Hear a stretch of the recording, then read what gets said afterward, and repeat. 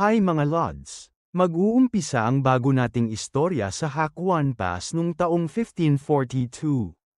Sa loob ng isang bundok, sinasabi ng ating bida sa kanyang sarili na ang pagpatay lamang ang lahat ng kanyang nalalaman. Makikita rin dito ang mga batang nakabaliktad sa taas ng lava na mukhang nagsasanay.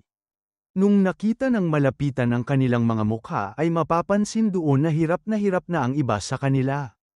Kaya, tinanggal agad ng mga nanunood ang mga bata na hindi kinakaya ang kanilang mga pagsubok. Tumawa din ang iba sa kanila dahil parang wala daw kwenta ang mga bata na nandoon sa taong yun. Napatingin naman sila bigla sa isang lalaki na parang wala lang sa kanya ang init ng lava sa ilalim. Ito pala ay ang ating bida at habang nakapikit ito ay sinasabi pa rin niya sa kanyang isip na ang pagpatay lamang ang lahat ng kanyang nalalaman. Makalipas pa ang ilang oras ay sinabi ng tatlong nagbabantay na ang ating bida na lamang ang natira at mukhang meron itong malakas na aptitude sa apoy. Lumipat naman bigla ang ating istorya sa ibang lugar at makikita dito na sinaksak ng ating bida ang isang lalaki sa kanyang ulo. Ginawa pala niya ito sa lahat ng nandoon dahil iyon ang inutos sa kanya ng kanyang boss. Natuwa naman ang mga nanunood dahil nakita na daw nila sa wakas ang kanilang hinahanap. Humanga sa kanya ang isa doon at sinabi na hindi daw siya makapaniwala na sa murang edad ng ating bida ay na-master na nito ang lahat ng Fuma Ninja Arts. Kaya, napangiti ito ng malaki at sinabi na ang batang iyon na ang susunod na master. Makalipas ang 4 na taon ay lumipat na ulit ang istorya sa 1546, ang Night Battle of Kawagoe.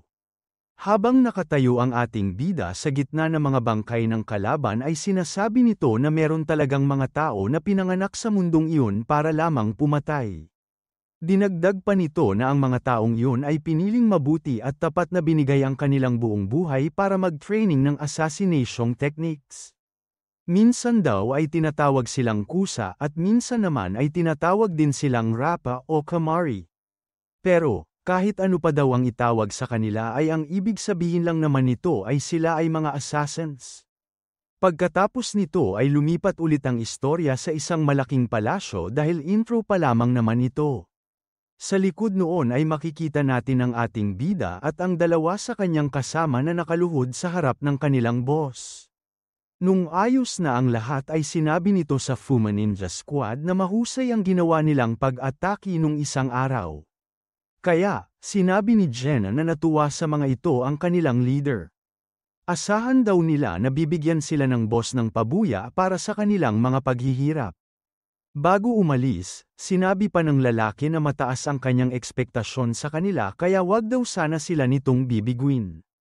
Sumagot naman agad sa kanya ang ating bida at sinabi na hindi nito kailangang mag-alala.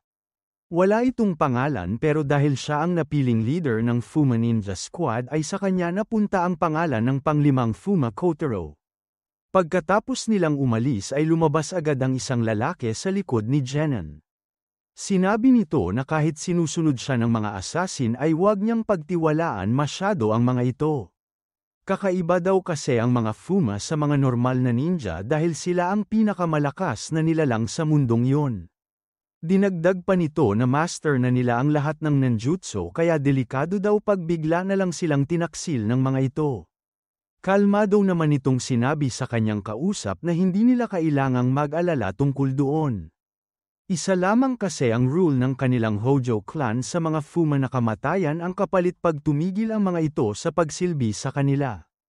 Natatawa nitong sinabi na tinuro na nila ito sa kanila simula pagkabata kaya kahit anong gawin nila ay hindi na ito mawawala sa kanilang isipan. Pagkatapos noon ay lumipas na ang 33 years at makikita natin na nasa 1579 na at nagaganap na ang Battle of Kaisgawa. Sa gitna ng battlefield ay sinigaw ng leader ng kalaban na kailangan nilang sakupin ang Hojo clan at kunin ang ulo ng kanilang general. Ito na daw ang kanilang pagkakataon para makilala ang kanilang clan at mapatalsik ang isa sa mga pinakamalakas na namumuno doon. Pero, bigla na lang silang nagulat nung nakita nila na merong isang lalaki na nakatayo sa kanilang harapan. Bago pa sila dumaan sa ating bida ay naramdaman agad ng leader na merong kakaiba kaya sinabi nito sa lahat ng kanyang kasama na patayin agad ang lalaking yun. Pero, hindi na ito hinintay ni Kotaro dahil bigla na lang nitong hinawakan ang takip sa kanyang mukha. Pagkatapos noon ay kinagat nito ng malakas ang kanyang ngipin at ginamit ang isang klase ng nanjutsu. Pagkasabi niya ng salitang fire transformation ay bigla na lang sumiklab ang buo niyang katawan. At dahil dito ay makikita natin na dahil sa tindi ng apoy ay nasunog agad ang lahat ng malapit sa kanyang pwesto. Pagkatapos noon ay lumabas na rin doon ang mga kasama sa Fuma Squad para tapusin agad ang kanilang misyon. Hindi makapaniwala ang leader ng mga kalaban dahil nung nakita nito ang mga assassin ay nakilala agad niya ang mga ito. Bago pa nito masabi sa kanyang mga kasama na kailangan na nilang umalis ay bigla na lang napunta sa kanyang likod ang ating bida. At dahil wala namang ibang nasa isip ni Kotaro kundi ang pagpatay ay hindi na ito nagsalita at bigla na lang dinurog ang ulo ng kalaban. Walang bakas ng kahit ano sa mga mata ng ating bida dahil ang tumatakbo lang talaga sa kanyang isip ay ang pagpatay. Nung tapos na ang laban ay tahimik na lang itong naglakad pabalik sa kanila at ang tumatakbo pa rin sa kanyang utak ay ang kailangan niyang pumatay ng pumatay para mabuhay. Pagkalipas ng napakaraming taon ay 1613 na at 80 years old na dito si Fuma Kotaro. Pinakita ng mabuti na nakatali ang mga kamay ng ating bida at kahoy na lang ang isa sa kanyang mga paa. Dala-dala siya ng isang samurai dahil hinahatid na nila si Kotaro sa kanyang huling hantungan. Habang naglalakad ay naririnig ng ating bida ang mga sinasabi sa kanya ng mga tao sa paligid. Dahil ngayon lang nila nakita ang sikat na Fuma Kotaro ay nagulat sila sa sukat nito at may mga nagsasabi pa na mukha daw talaga siyang demonyo. Pagdating nila sa bakuran ng mga nakahuli sa ating bida ay pinayuko agad nila ito sa gitna. Sinabi dito na doon na nagtatapos ang Hojo Clan at ang mga Fuma Ninja Squad dahil natalo na sila ng Odawara Clan. Habang nakayuko ang ating bida sa lapag ay tinutok na ng lalaki ang kanyang samurai sa leeg nito at tinanong kung meron ba siyang huling salita. Hindi naman na lumaban doon si Kotaro dahil sinabi lang nito na wala na siyang kailangang sabihin. Dahil doon ay tinaas na nito ang kanyang sandata para putulin na ang ulo ng ating bida. Habang naghihintay sa kanyang kapalaran ay medyo nainis ito dahil sa ganang lagay lang daw pala matatapos ang kanyang buhay. Hindi ito takot na mamatay pero bigla na lang pumasok sa kanyang isipan ang tanong na bakit kaya siya nabuhay ng ganun katagal. Habang nag-iisip ng sagot ay napansin nito ang isang ibon sa taas ng bubong. Doon na niya naalala na simula pagkabata pa lang ay maliban sa pagpatay ay lagi din niyang iniisip na maging malaya ng parang isang ibon. Nabuhay daw siguro siya ng ganun katagal dahil sa pangarap na yun na mukhang hindi na niya makakamit. Natigil naman ito sa kanyang iniisip dahil naramdaman niya na natanggal na ang kanyang ulo sa kanyang katawan.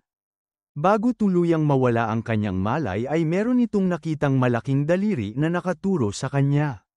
Ngayon lang siya nakakita ng ganun kaya inisip niya kung ano at sino kaya yon. Nagulat naman ang ating bida nung bigla na lang itong nagsalita at sinabi na siya daw ang pinipili nito. Dinagdag pa niya na siya daw ang nakakakita ng lahat ng nangyayari sa mundo at ang gusto daw niya ay mabuhay ulit si Fuma Kotaro. Pagdilat niya ng kanyang mga mata ay nagulat si Kotaro dahil hindi maganda ang kanyang nararamdaman. Napansin kasi nito na basa doon at nasasaktan ang kanyang katawan dahil hindi siya makahinga. Dahil dito ay bigla na lang niyang ginamit ang kanyang nanjutsu na fire transformation. Nasa loob pala siya ng isang dragon kaya nung ginamit niya ang kanyang skill ay bigla na lang sumabog ang katawan nito. Paglabas doon ng ating bida ay nagulat ito nung nakita niya ang itsura ng kanyang paligid.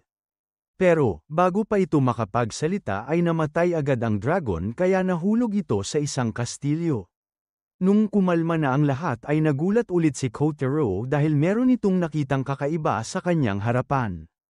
Hindi niya alam kung ano ang iisipin kaya humiga muna ito at nagdahan-dahan. Sinabi nito sa kanyang isip na merong mga demonyo, lumilipad na monsters, at kakaibang palasyo sa lugar na iyon. Kaya, Bigla na lang itong napangiti ng malaki at napagtanto na mukhang nasa ibang mundo na siya at kaya yun nangyari ay dahil sa reincarnation. Sa babang parte naman ng lugar na yun ay makikita natin ang isang babae na napatingin sa taas nang dahil sa narinig niyang malakas na pagsabog. Akala niya ay normal na araw lang ito dahil wala namang kakaiba sa namamatay na mga monsters doon. Pero, nanlaki ang kanyang mga mata nung nakita niya na merong isang bata sa loob ng sumabog na dragon. Hindi mawala ang ngiti sa mukha ng ating bida dahil iniisip niya na na-reborn siya sa bagong mundo. Kakaiba ang kanyang nararamdaman pero simula daw sa mga oras na yun ay malaya na daw siya sa wakas. Pinaliwanag naman dito na mahigit 100 taon na noong natalo ng hero na si Arslan at ng kanyang mga kasama ang Demon Lord. At dahil doon ay nakilala at naging sikat sa buong mundo ang kanyang party na nagngangalang Four Great Heroes. Pero, dahil nagkaroon na naman ng bagong Demon Lord ay lumakas na ulit ng sobra ang Demonkind. Sa pagdaan ng maraming taon ay bumalik na sa kanila ang nawala nilang lakas kaya ayon dito ay era na ulit ng mga demonyo. Pagbalik sa ating bida ay makikita dito na napansin agad siya ng isang Goblin Kind. Ang pangalan nito ay Goblin King at nagtaka ito kung bakit kaya may isang humankind na lumabas sa loob ng isang dragon. Pero, hindi naman na ito nag-isip pa ng kung ano-ano dahil sinipa na lang nito palayo ang bata. Wala kasi itong pakialam sa isang humankind dahil ito na daw ang pinakamahinang lahi sa panahong iyon. Natigil naman ito sa kanyang mga sinasabi nung lamapit sa kanya ang ibang goblins. Dahil daw sa nangyaring pagbagsak doon ng dragon ay nasira ang karamihan ng kanilang Sky Goblin Castle. Hindi naman natuwa doon ang Goblin King kaya sinabi nito na dahil kasama ng dragon ang batang iyon ay sa kanya na lang ito maglalabas ng sama ng loob. Hindi na nagsayang pa ng oras ang siraulo dahil bigla na lang nitong inatake si Kotaro. Makikita sa likod ang kanyang mga tauhan na masayang-masaya dahil bihira lang nilang makita ang skill ng kanilang boss na critical hit. Pero, nung pinakita ang ating bida ay hindi naman pala ito tinamaan ng siraulo. Nanginginig nitong sinabi na buti na lang ay nakakilos siya sa tamang panahon dahil kung hindi ay namatay na sana siya doon. Hindi naman makapaniwala ang Goblin King at ang kanyang mga kasama dahil nakaligtas si Kotaro sa nangyari kahit isa pa lamang itong sanggol. Doon na napansin ng ating bida na malambot talaga ang buto ng mga bata at hindi pa rin siya nakakapagsalita. Kaya, pinatibay agad nito ang kanyang buto gamit ang kanyang ninjutsu. Makalipas lamang ang ilang sandali ay nagawa na niya ito sa buo niyang katawan kaya nakatayo na ito ng maayos. Nakita itong lahat ng Goblin King pero hindi nito alam kung ano ang nangyayari dahil bigla na lang nawala sa kanyang harapan ang ating bida. Nasa likod na pala niya ito dahil ang naramdaman na lang ng siraulo ay ang nababali niyang leeg. Hindi lang yun ang ginawa ni Kotaro dahil ginamit pa nito ang kanyang ninjutsu na borrowed fire. Pagkasabi doon ng ating bida ay bigla na lang nagliyab ang kanyang katawan kaya nadamay na rin dito ang kanyang mga kalaban. Bago mamatay ang ibang mga goblins ay hindi sila makapaniwala na nakakagamit ng isang high-level magic spell ang batang iyon. Inisip nila na ito ata ang skill na Bekura pero dahil sa lakas nito ay mukhang mas mataas pa daw ata ito kesa doon. Habang nangyayari ang lahat ng iyon ay makikita natin na umaakyat pala papunta doon ang babae kanina. Sinabi nito sa kanyang sarili na iyon ang dating teritoryo ng Elfkind kaya pamilyar siya sa lugar na iyon. Makalipas lamang ang ilang sandali ay nakarating na agad sa tuktok ang babae. Nung nakita nito ang katawan ng dragon ay inisip niya na ang pagbagsak siguro nito sa lugar na iyon ang dahilan kung bakit namatay ang mga goblin na nandoon. Pero, nanlaki ang mga mata nito nung nakita niya ang bata na nanggaling sa loob ng monster na nandoon sa gitna. Bago pa niya matanong kung ano ang ginagawa niya doon ay nawalan na bigla ng malay ang ating bida nang dahil sa pagod. Dahil doon ay nilapitan na lang siya ng babae para makasiguradong isa ba talaga itong sanggol na mula sa humankind. Pagkahawak niya sa bata ay meron agad itong nalaman kaya dahan-dahan na nitong inalis ang kanyang suot sa ulo. Sinabi ng babae na nakita na rin niya sa wakas ang matagal na niyang hinahanap na tiny seed of hope o ang kanilang pag-asa. Lumipat naman muna sandali ang ating istorya sa isang alaala at makikita dito ang isang buong pamilya. Pero, dahil sa isang masamang pangyayari ay bigla na lang nagkaroon doon ng malaking sunog. Pagbukas ng mga tao sa isang bahay ay nakita nila na ang batang nandoon na lang ang natitirang buhay sa buong lugar na iyon. Inisip nila kung ang nangyari ba sa taong ito ay isa lamang milagro o ito ba ay ang The Way of Ninja. Bigla namang naisip ni Kotaro kung ito ba ang kanyang mga alaala at kung siya ba ang batang iyon. At bakit daw kaya niya nakikita ngayon ang mga ito? Pero, bago pa niya ito masagot ay galit nitong sinabi na wala siyang mga magulang at ang sarili lamang niya ang pwede niyang pagkatiwalaan. Pagkatapos noon ay unti-unti nang dinilat ng ating bida ang kanyang mga mata. At nung napansin nito na hindi niya masyadong mag-alaw ang kanyang katawan ay naalala nito na na-reincarnate nga pala siya sa ibang mundo bilang isang baby.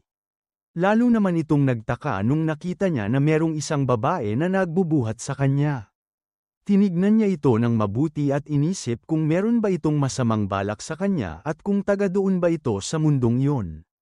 Nung nakita na rin ng babae na gising na ang bata ay nilapag agad niya ito sa kanilang inuupuan.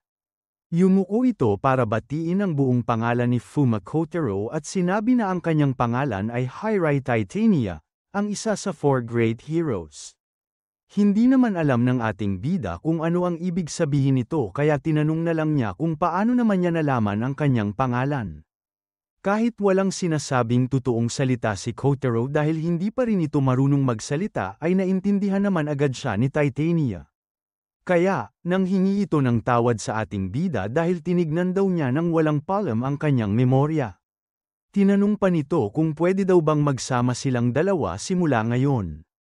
Sigurado daw kasi ang babae na mahihirapan si Kotaro sa bata niyang katawan at wala daw problema kay Titania ang tulungan nito sa lahat ng kanyang kailangan.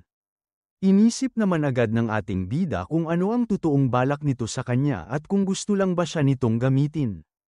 Pero, kahit ano pa daw ito ay titignan na muna niya kung ano ang gagawin ng babae dahil pag meron naman itong masamang ginawa ay kaya niya itong patayin agad. Pabor pa rin naman ito sa ating bida dahil wala talaga siyang alam tungkol sa mundong iyon at mas madali siyang makakapag-adjust kung meron siyang kasamang taga doon. Kaya, pumayag na si Kotaro sa gusto ng babae na magsama muna sila at dahil bata pa lamang ito ay hindi niya napigilan ang pagiging cute. Nagulat naman si Titania sa reaksyon ng ating bida kaya niyakap agad nito ang bata at masayang sinabi na gagawin daw niya ang lahat ng kanyang makakaya para matulungan niya ito. Nung tinignan ng babae si Kotaro ay nakita niya na bigla na lang nag-iba ang kulay ng mukha nito. Akala ni Titania na dahil ito sa higpit ng kanyang yakap kaya inalis niya agad ito sa kanyang dibdib at nanghingi ng tawad. Pinaliwanag nito na masyado lang daw itong natuwa sa ngiti ni Kotaro kaya niya yun nagawa. Napatingin naman bigla ng seryoso ang ating bida sa may hawak sa kanya dahil hindi ito sigurado kung totoo ba ang kanyang pinapakita o sinusubukan lang nitong kunin ang kanyang loob. Pero, bago pa ito may maisip ay sinabi agad niya sa kanyang sarili na ang kailangan lang niyang pagkatiwalaan ay ang kanyang sarili. Hindi daw niya kailangan ng kabaitan ng iba dahil iyon ang rason ng mga normal na tao para maging mapurol ang kanilang pakiramdam. Iyon ang laging sinasabi sa kanya ng kanyang master dati dahil iyon ang kanilang paraan para maging aso siya ng mga ito. Pero, inisip nito na sa pagkakataong yun ay hindi na niya kailangang pigilan ang kanyang sarili dahil malaya na siya sa lugar na iyon. Dahil sa pagod ay nakatulog na naman ang kanyang batang katawan pero iniisip pa rin ito na simula nang napunta siya sa lugar na iyon ay puro maganda lang ang kanyang naramdaman. Inisip din niya kung meron bang panahon sa dati niyang buhay na nakakatulog siya ng ganun kasarap. Doon na nito napagtanto na wala siyang naalalang ganon dahil simula nung nagkaroon siya ng isip ay lagi nang may nakatingin sa kanya ng masama na para bang gusto siyang patayin ng mga ito. Dahil napansin na rin ito ni Titania ay nilapag na nito ng dahan-dahan sa kanyang binti ang ating bida. Habang natutulog ito ng mahimbing ay sinabi ng babae na hindi na niya kailangang mag-alala dahil simula ngayon ay meron na siyang kasama. Nalungkot bigla ang itsura nito at dinagdag pa na hindi na ulit mangyayari sa mundong iyon ang nangyari sa dati niyang buhay. Nakita kasi lahat ni Titania ang lahat nung ginamit niya ang kanyang memory reading spell sa ating bida. Una pa lamang ay nakita na agad nito kung paano sinanay ng kanyang mga master si Kotaro sa pagpatay simula sa murang edad. Kahit isang araw ay hindi ito nagkaroon ng pahinga kaya muntik nang mawala ang spell ng babae dahil sa kanyang mga nakikita. Pero, tiniis niyang panuurin ang lahat ng alaala nito hanggang sa natapos ang kanyang buhay. At dahil dito ay wala nang nagawa si Titania kundi ang maiyak habang sinasabi na nakakatakot pala ang mga ninja dahil kaya nilang alisin ang kanilang emosyon ng buong buhay nila. Akala niya na totoo ito para sa lahat pero sinabi niya na meron daw kakaiba kay Kotaro dahil meron siyang liwanag na nakita sa kanyang puso. Kahit gaano daw siya kalungkot at nahihirapan ay hindi siya nawala ng pag-asa. Kaya, kahit ganun kasama ang nangyari sa kanyang nakaraan ay ang ugali niyang iyon ay nakikita lamang sa mga hero. Bumalik na ito sa kasalukuyan at makikita natin na niyakap bigla ni Titania ang ating bida. Sinabi nito na sa buhay niyang iyon ay hindi na siya mag-iisa at ang gusto niya ay malaman nito kung ano ang pakiramdam ng pagmamahal. Dahil sa kanyang emosyon ay hindi na nito naramdaman na tumayo pala ulit sa kanilang likod ang Goblin King. Tumingin ito ng masama sa ating bida at sinabi na hindi daw siya papayag na ginawa sa kanya iyon ng isang humankind. Kaya, bigla na lang niyang inatake ang bata habang natutulog pa ito ng mahimbing. Pero, bago pa tumama sa kanila ang atake ng siraulo ay bigla na lang dumilat ang mga mata ni Kotaro nang dahil sa instinct. Sa isang kumpas lamang ng kanyang kamay ay ginamit agad nito ang kanyang ninjutsu nang hindi nagsasalita. At dahil sa kanyang ginawa ay bigla na lang nawala ng parang bula ang kalaban sa kanilang likod. Pinakita rin dito na kahit ang katawan lang niya ang kumilos ay nahiwa pa rin ito ang ibang bundok sa likod ng dahil sa puro niyang lakas.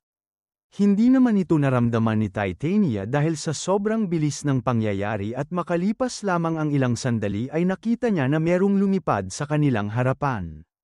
Nung nakita niya ito ng mabuti ay nakilala agad ng babae kung ano ang hayop na yun.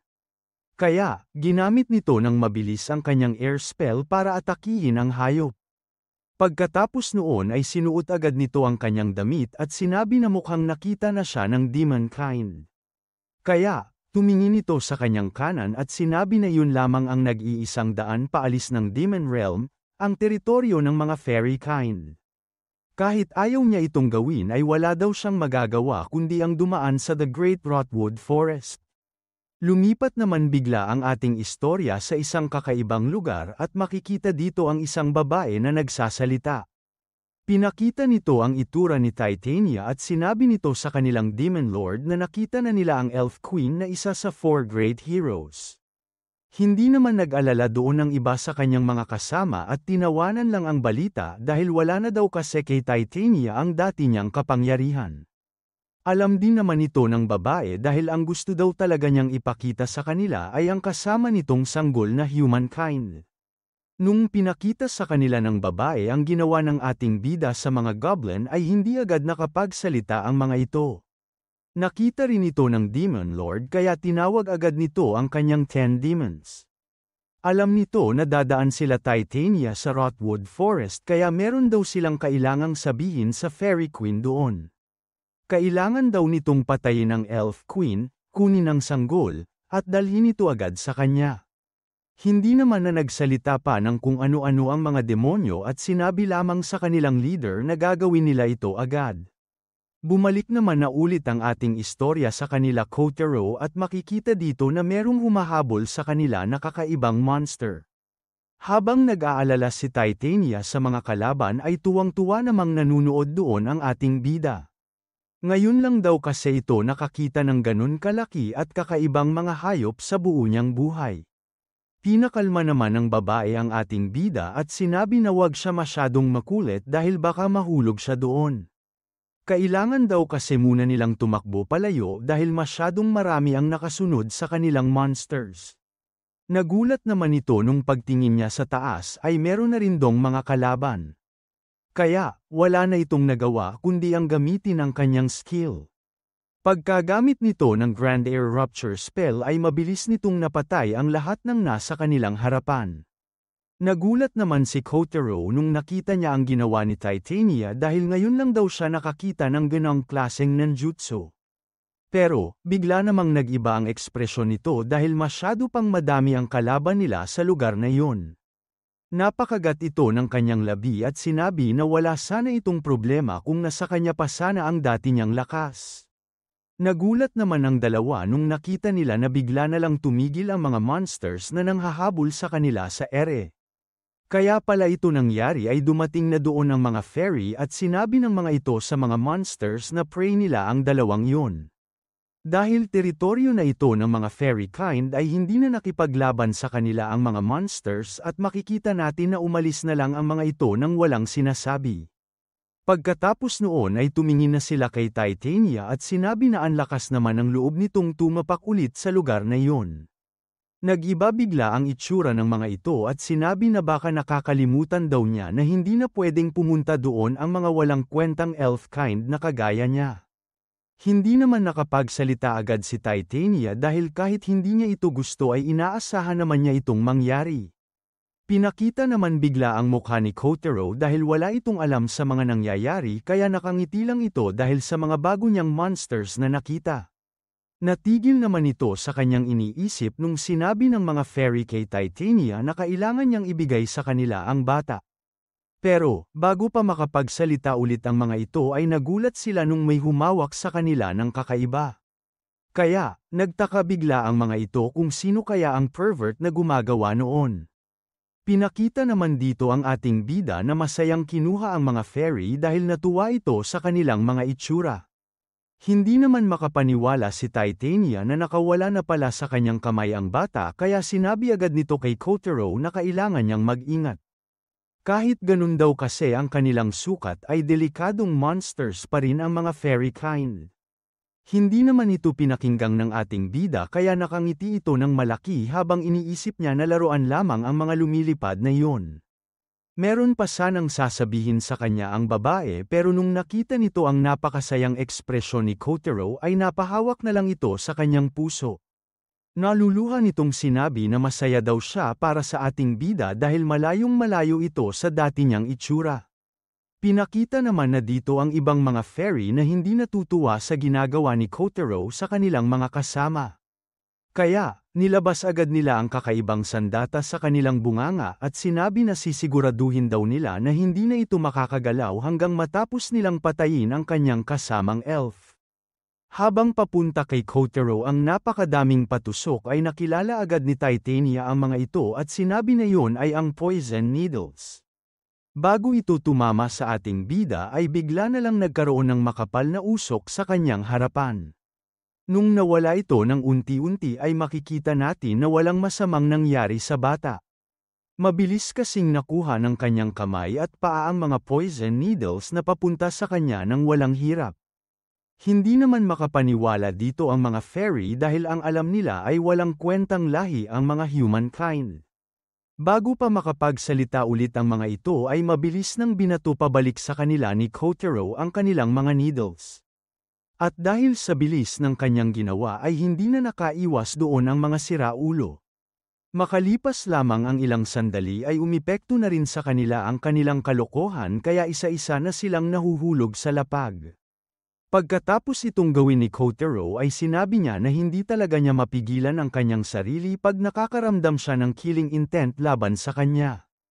Kusa na lang kumikilos ang kanyang katawan dahil simula pagkabata ay natutunan na niyang ibalik sa kalaban ang kanilang killing intent o bloodlust.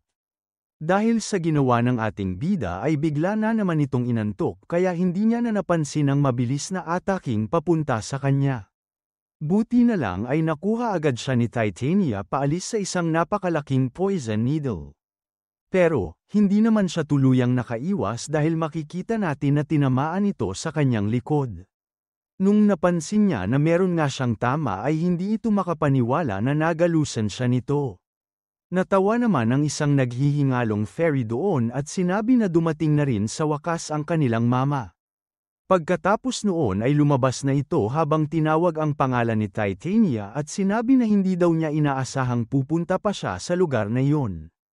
Kilala rin naman ito ng babae at sinabi na delikado na sila ngayon dahil iyon ay ang fairy queen ng lugar na iyon na si Elva.